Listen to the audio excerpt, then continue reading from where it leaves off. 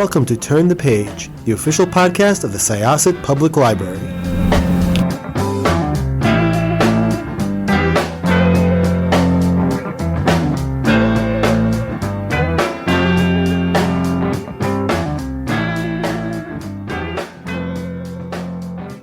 Hello, everybody. This is Evelyn Hershkowitz, Reader Services Librarian at Turn the Page, Syosset Public Library.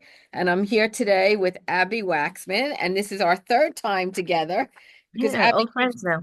yes, we're good friends. Abbi just keeps writing wonderful books, so I'm so happy to speak to her. And I'm just going to give a little bit about Abbi. She's the USA Today bestselling author. I believe this is your seventh book. Do I have that right? That's right. This is my seventh. Yeah. Okay. I think I've read them all and enjoyed every one of them. Okay. She is a chocolate-loving, dog-loving woman who lives in Los Angeles, has 3 daughters, 3 dogs, and 3 cats, and lies down as much as possible. She worked in advertising for many years, which is how she learned to write fiction. It's I true. bet you wrote that, right? It is, yeah. You're so witty. I love it. So thank you for being here. So we're going to discuss her book called One Death at a Time.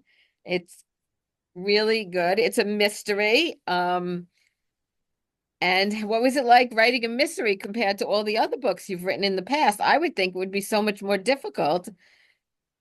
It was so much more difficult. Okay. It really was. I don't know what I was thinking. What's funny is that so I grew up the child, and I am still, in fact, a child of a murder mystery writer. My mother published 15 books in her life. She was a mystery writer, and that's the genre that I grew up reading and that I still read for pleasure most commonly. Okay. And I sort of love the Golden Age mysteries. So Agatha Christie, Patricia Wentworth, Dorothy Sayers, Rex Stout, not strictly Golden Age Rex Stout, but Nero Wolfe mysteries are among my favorites. And so I knew that I always wanted to write a mystery. Um, and this one actually was written first over 12 years ago now, the first draft. It started life as a TV pilot, and Wow. that didn't it got a little bit of traction, and then it didn't, because which is very common. And then I turned it into a book. And then I subsequently, and I put it to one side, and then I wrote what the book that became Garden of Small Beginnings, the first book that was published. And after that, my publisher was very keen for me to continue to write what I call domestic fiction, right? Right. Romantic comedies and sort of lighthearted domestic fiction, which is what I write. But I kept every time I would hand in a book, I would be like, I have this mystery and I would really like to publish it. I love the characters. I'd like to write a series. And they were like, that's great. No. So I published 6 rom-coms, and then the marketplace changed a little bit. I mean, Okay. these things are very cyclical. Right. And um, Richard Osman's mystery books came out and were very successful, and then Murders in the Building came out on TV and was very successful. Right. And so suddenly there was a resurgence of mystery content, detective content. And so Absolutely. they were like, hey, that book you had, let's talk about that. So I got to go back, rewrite it, make it a lot tighter. I got a lot of help. I'm not, as you know, I don't consider myself very plotty. Like my romantic comedies, my domestic books. And so I've always sort of struggled with plot, even in my regular books. And so to write a mystery requires a great deal more plotting and Right. thought. And so I did a draft myself, and then I got a good friend of mine, whose name is Semi Challis, who's a TV writer. She wrote on Mad Men for a long time, Oh, and wow. she's really, really good at plot. And so I hired her last summer to read the book and to give me notes and edits and help me make the plot as tight as possible. Um, and I hope we pulled it off. Yeah, it's super hard. And I just finished and just handed in the second in the series. Wow, that's fabulous. Yeah, so that comes out next year. Um, and again, I got a lot of help. This time I'm dating another TV writer who's Okay. very good at plot. And so he and I would thrash out the plot, and I would panic and be like, I don't know what I'm doing. And he'd be like, oh, well, why didn't you do this? Or you could do this, or you could do that. And so it was very helpful. So maybe over time I'm going to get better at it. But I think if they give me the chance to keep writing them over time. But it's very, very hard. It's much, much, much harder. And even though it's always been a dream of mine to write mysteries, I think I underestimated the challenge, but that's okay. It's Well, good if you've done the second one, I think that's pretty accomplished. That's Thank amazing. you. And Yeah. I enjoyed it. I really did. I enjoyed it a lot. A lot of characters. I could see why Yeah. it would be so difficult. Yeah. I And mean, I like it's I always start with characters and mostly and the next one has fewer characters. This first one has a lot of characters, a lot of moving parts. Um, I wanted to come out the door with a bang, so there's a lot of interesting folks. But the main characters, Mason and Man, I love. I Mhm. love writing those women. And I really enjoyed writing them again. And like I said, I hope to be able to write more and more of them. They're just very interesting characters to me, particularly Julia, the older lady. So Um, tell everybody what the book's about. We haven't even discussed that yet. yeah, so it's about two detectives, an older woman, she's probably in her mid to late 60s, possibly early 70s, she's never going to tell. Mhm. Um, and a much younger one who's in her early 20s. And they meet actually in an AA meeting because the older one has found a dead body in her pool and ran from the police and got in trouble and was drunk at the time. And so they remanded her to AA. She had to go. But she's been sober on and off in her life. And so at that first meeting, she meets Natasha Mason, this younger woman who agrees to be her temporary sponsor, which is a function within AA, and to help her out, which she doesn't want. She doesn't want any help at all, but she has to. And they become colleagues and detectives together. And yeah, there's a lot of hijinks and shenanigans, and they're very cranky with each other. The older Julia's very sarcastic and sort of misanthropic, and Natasha is much more sort of enthusiastic, but she's very young, so she tends to rush in, like go crashing into situations without a lot of forethought. And so it's a good combination. So, and then in the second one, I was able to develop that relationship further, so that's the nice thing about continuing characters, is you can Mhm. really start to dig into them over time. Yeah. So are any of these characters based on people you know? I mean, you must have a very, very good insight into this whole Hollywood scene. I mean, there's so much Some going on. So certainly that there are some characters that there's her agent is based on agents I've met, and she has she's an actress, the older woman, and a recovering actress, an ex-actress, and I know plenty of those. And so yes, it was influenced a little by people I know, but obviously she's sort of a slightly exaggerated character. And then the younger one is based on young women that I know, and then my daughters who are all, one's 23, one's 21, and one is coming up on 18. mhm. So and they and their friends are very present in my house, and I love Gen Z. They're fun. It's a fun generation. So yeah, it's a tribute to them. Yeah. So they take road trips, and one of the places they went to, I hope I'm pronouncing it right. Solvang, is that the way? How do you pronounce it? Solvang, yeah, Yeah. I've Solvang, been there and yeah, I saw the clog in the yeah, very cool town. Very, yeah. very cool. Fun. Yeah, I like to have them. I mean, all my books are set in LA and I love Mhm. the city. And it's an important character in all the books. But yeah, they go to Palm Springs, they go to Solvang. In the new one, they go up to Northern California, to Berkeley and Oakland and areas around there, San Francisco. Yeah, so it's sort of broadening it to be more California than just Los Angeles.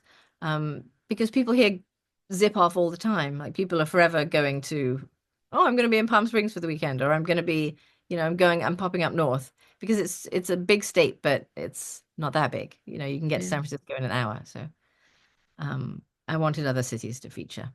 Right. No, it's great. I mean, Palm Springs sounds so nice. I want to go It is. there.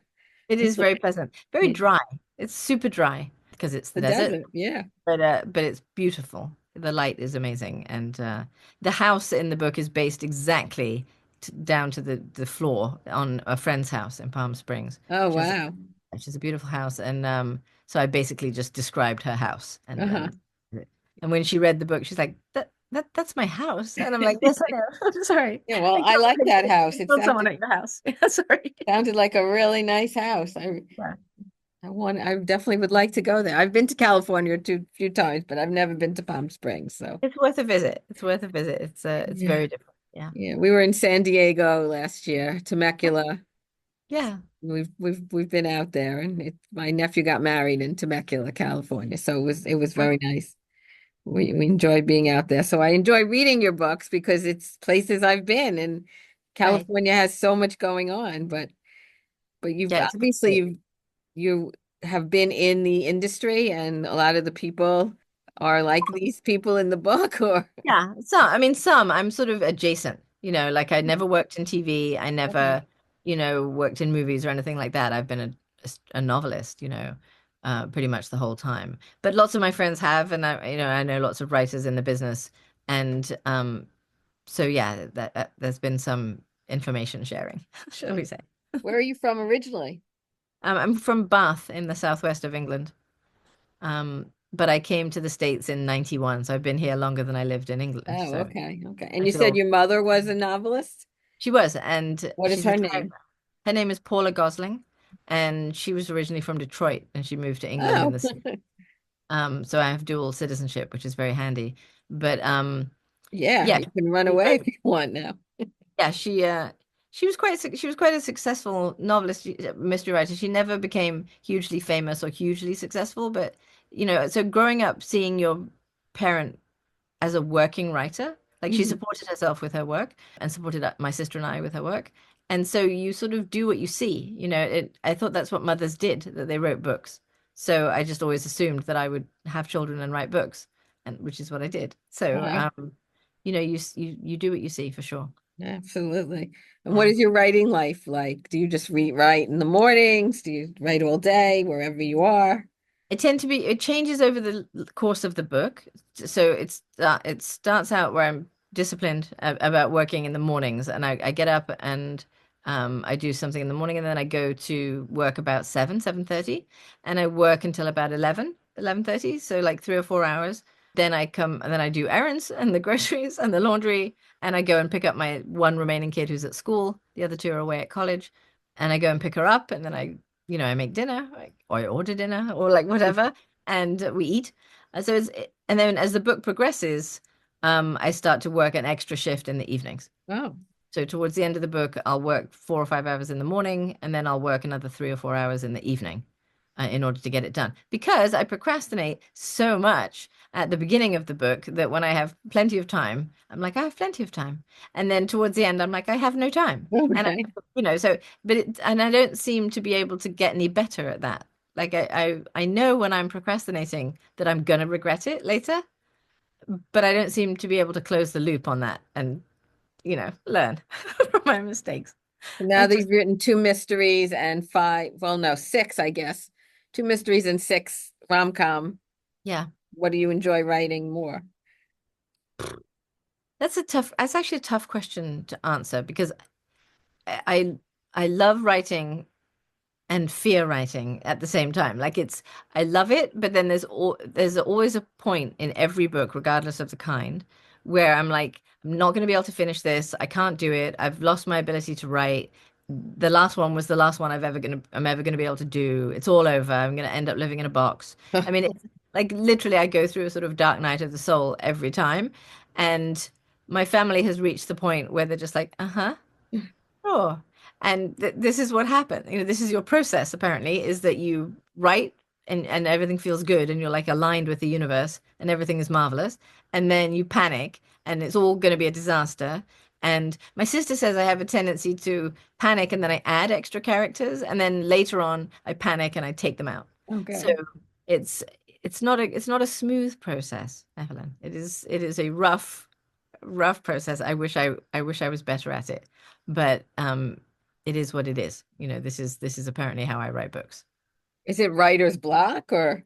Yeah, I get completely flummoxed. I get completely like I just can't. And I mostly accept that. Like if I go to work and I try and go to work every day. And if I get there and I'm trying and nothing's coming, I stop. Like you can't force it. But you can push a little bit, like get your ass in the chair and try. And sometimes I'll get caught in a loop where I just keep going back and editing what I've already written in the hopes of sort of building up enough velocity to move on with the story. Um, but sometimes I'll get caught in the weeds doing that as well. Like it's not. I heard I don't remember what athlete it was, but I heard an athlete quoted where he said, "Running doesn't get any easier; you just get faster." Uh-huh. That you just get better, but it's always a struggle. Like and writing is sort of like that. Like I'm more confident of my work. I'm more confident of my process, but I'm pushing myself. Like I'm pushing myself to write a mystery, which is something I'd never done before, and I push myself to be better. I hope the books, each one is better than the last. So yeah, it's you have to keep pushing yourself. Well, this one's pretty long. It's 375 pages. Yeah, it's a chunky one. Yeah. Is that the largest book you've written? I don't know. I think Oh, maybe. okay. Yeah. I don't really pay much attention, but yes, it probably is. Um, and it's short. I cut a lot towards the end. Oh, wow. Um, so the one I just handed in was around 80, which is normal for first draft. But yeah, the publisher wanted it to be a little bit more substantial. So there's plenty going on. It's the same publisher you've been with the whole time? Same publisher, same editor. Yeah, Oh, she's wow. worked with the same editor the whole time. She's great, and she always makes it better. She always makes it better. So, and right now I'm waiting for edits.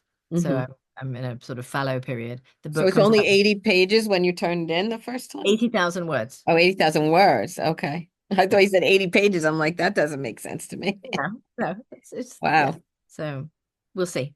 It'll probably get longer, and then it will get shorter again. Oh, okay. That is the way it goes. How long does it take you to write a mystery book like this? Well, it takes about 4 months, Yeah. and then maybe another 2 or 3 months of editing, going, with the editor, going back and forth and back and forth. But yeah, about 6 months total, maybe 6 to 8 Mhm. months, I would say. So Oh, I managed I to think write. that's pretty quick. Well, it's because I have the great good fortune of being able to focus on it all the time, right? I Uh-huh. don't have another job. This is my job, and so I get to treat it as a job. I think a lot of people have other jobs and work that they have besides writing, and that must make it very, very difficult. Um, it took me much longer when I started because I had three little kids. Now Right. I have three essentially grown kids. It makes it a lot easier. Sure. I have a lot more time. So yeah, it's just a function of how much time I have. So Absolutely. yeah. Wow. I give you a lot of credit for writing a mystery. I think it's very difficult, especially Yeah, since you don't like to plot, like you like to yeah, just fly by the seat of your pants. And with a mystery, you needed to know the ending, right? You yeah. needed to I get mean, to. yeah, you sort of have to work out the crime. It's sort Mhm. of like the branch, the trunk and branches of the tree is the crime, and then you have to put all the leaves on, right? Because it's, you have to have everything else, and then you have to have things be confusing and a little bit obfuscated, and you want, for me, again, being raised by a mystery writer, I believe very firmly in the sort of central tenets of the genre, which is you should be able to, once you know who it was, who done it, you should be able to go back and see all the clues, right? It's got to all be there. There's no Right. cheating, right? And so you work out the crime and then you hide it, right? So that the clues are all there, but there's red herrings and there's Mhm. misdirection and there's things where you're like, well, it can't be that person. It must be this other person.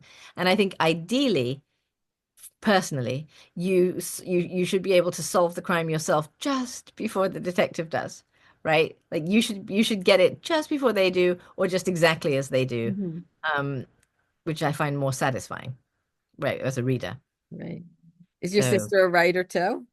no, she works in insurance. She has a real job.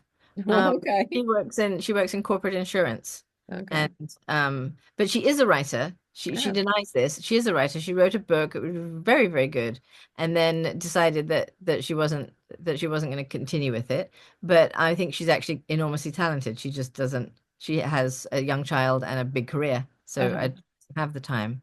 Um, but yeah, she's the person I write for. Like if I can make her laugh, then I'm You happy. always have funny stuff in your books. Very Yeah, funny, I like to be witty. funny. You're very clever, very witty. It's wonderful to read. Thank you. You're very welcome. What about your three girls? They're all doing pretty good. I think one of them might be a writer. Okay. They all write well. But they don't really. The thing about writing is if you are going to be a writer, you tend to just write, right? As like you're, left to your own devices, you write. And only one of them does that, the younger one. And she's not writing anything at the moment. She's 17 and thinking about finishing high school and going to college. So she Sure. just, and she also is, both her and my eldest daughter are very artistic. Like my eldest daughter is at university for illustration, and I think the youngest one also is going to study art in college. So they're very visual, Hmm. which I'm not at all. I've got my husband and I have no idea where this comes from. Um, but the younger one, when she was younger, used to write long, things, long, long stories. I'd be like, "How do you work today?" "Yes, I was writing." "Oh, how much did you write?" 7,000 words.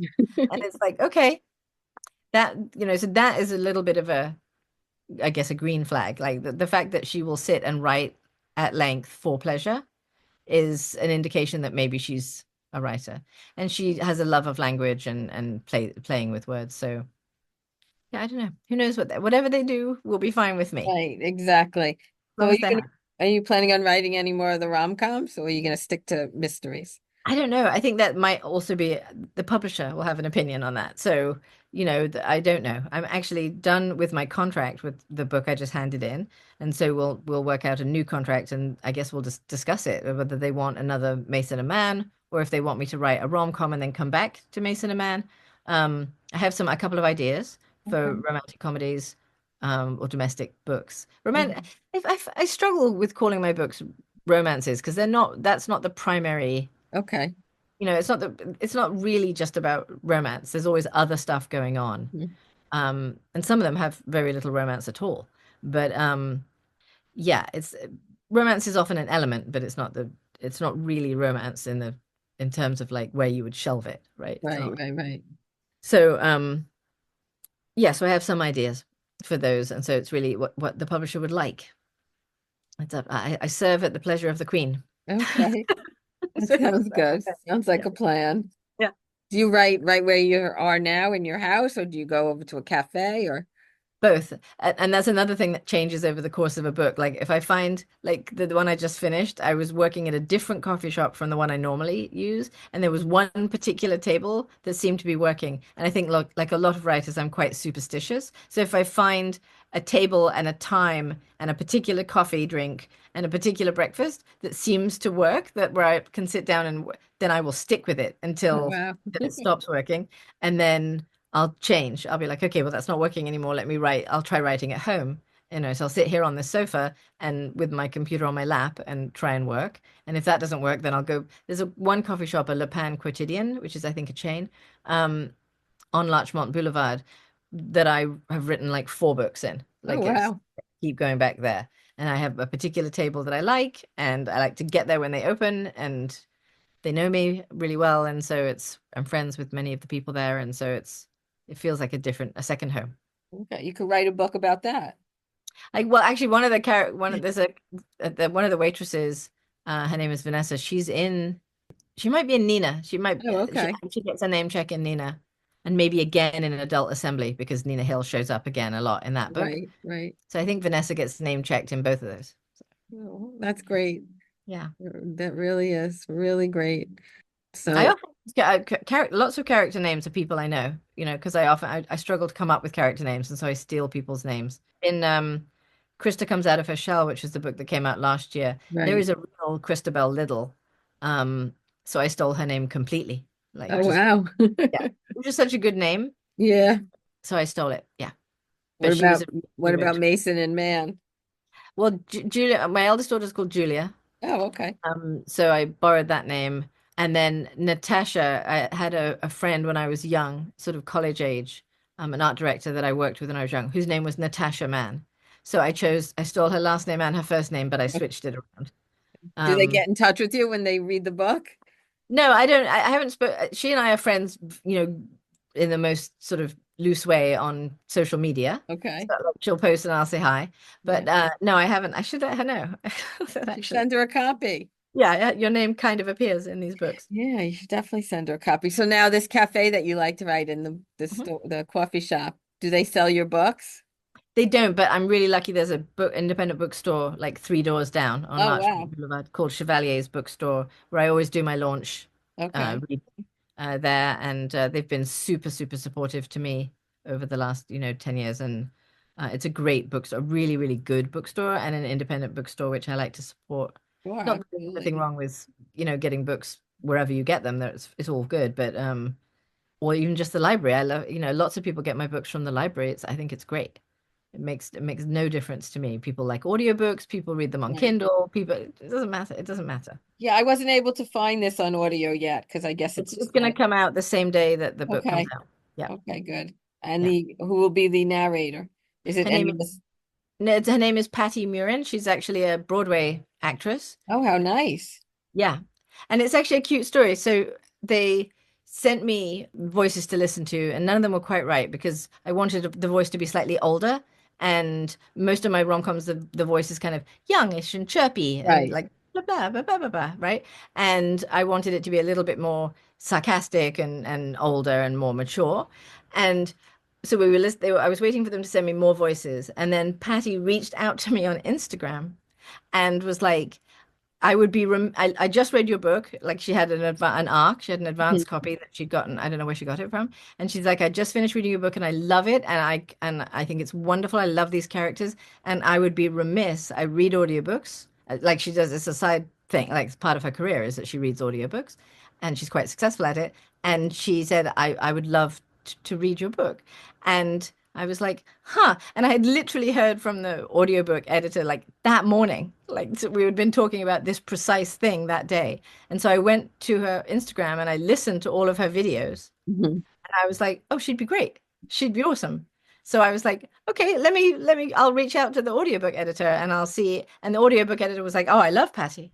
Oh, that's great. Patty's worked on books for me before. So it all came together. It's That's so wonderful. yeah, I mean, I like it when the universe does that kind of thing. You know what I mean? Yeah. It Yeah, just, no, I'm a big fan of audiobooks. I yeah, absolutely love them. I'm And sure she nailed it. narrator makes such a difference. Such a difference. Yeah, no, and I'm sure she completely crushed it. Yeah. So I'm looking forward to hearing it. So Yeah. Does she do different voices? I I don't mean, know. oh, I okay. haven't heard it, Oh, you haven't even but heard it yet. I haven't. But she's an actress, so Okay. I'm sure she brought a load of talent to it, and I'm very grateful for that. Wow, They always that's do a good wonderful. job. Yeah, That's really wonderful. yeah. Yeah. You'll have Audiobooks are to. great. Okay. Are you going on tour with this book? No, I've done doing a few podcasts and interviews and stuff from here, like Mhm. online, but I'm not touring. I'm doing a launch at Chevalier's next week, and that's about it. The touring thing, I did a tour for one or two of the books early on, but they seem to have sort of diminished, Okay. and so either people couldn't care less if I show up or not, which is fine, or in general, people aren't touring as much. So, um, yeah. It's not been a big feature, but I like doing podcasts and I like write, so I'll write guest essays or answer Q&As for people Hmm. to put on their blog, and that works for me. I'm not super extroverted, right? So if I I'm quite shy. So it's I like doing readings, but I get very nervous about it, Okay. and I enjoy it when I'm doing it, but I get nervous beforehand. Hmm. So I'm not pushing the publisher to let me do it. So perhaps it's a combination of things. Okay. Well, the book will be available in print here and ebook on Libby for anybody who's interested. Just give us a call. We'll be happy to put it on hold for you. And like always, Abby, it is so nice speaking with you. A pleasure. And I wish you lots of success with your mysteries. Thank you. And Thank this you. one was great. So anyone who's interested, well, happy to get it for you. And it's fun. You're just fun. I'm glad. Yes, I hope people love the characters and that they let the publisher know, or they write Yes, reviews on absolutely. Amazon and get them to have me write more, because that would be a Yes. lovely way to can extend my career. Just writing these characters for the rest of my life would be great. Well, we hope that that happens. Yes, We look when the next one will be out when, a year from now? April 2026. Wow. Yeah. And time goes fast because we It talk really every year. does. Yeah, I feel like we just talked. It really When does. your face popped up, I'm like, The yay. time flies by. Yeah, it does. It Yeah, does. so I'm going to end this chapter of Turn the Page. Abby Waxman, thank you so much for speaking with us. It's time to close this chapter of Turn the Page. Join us for the next episode.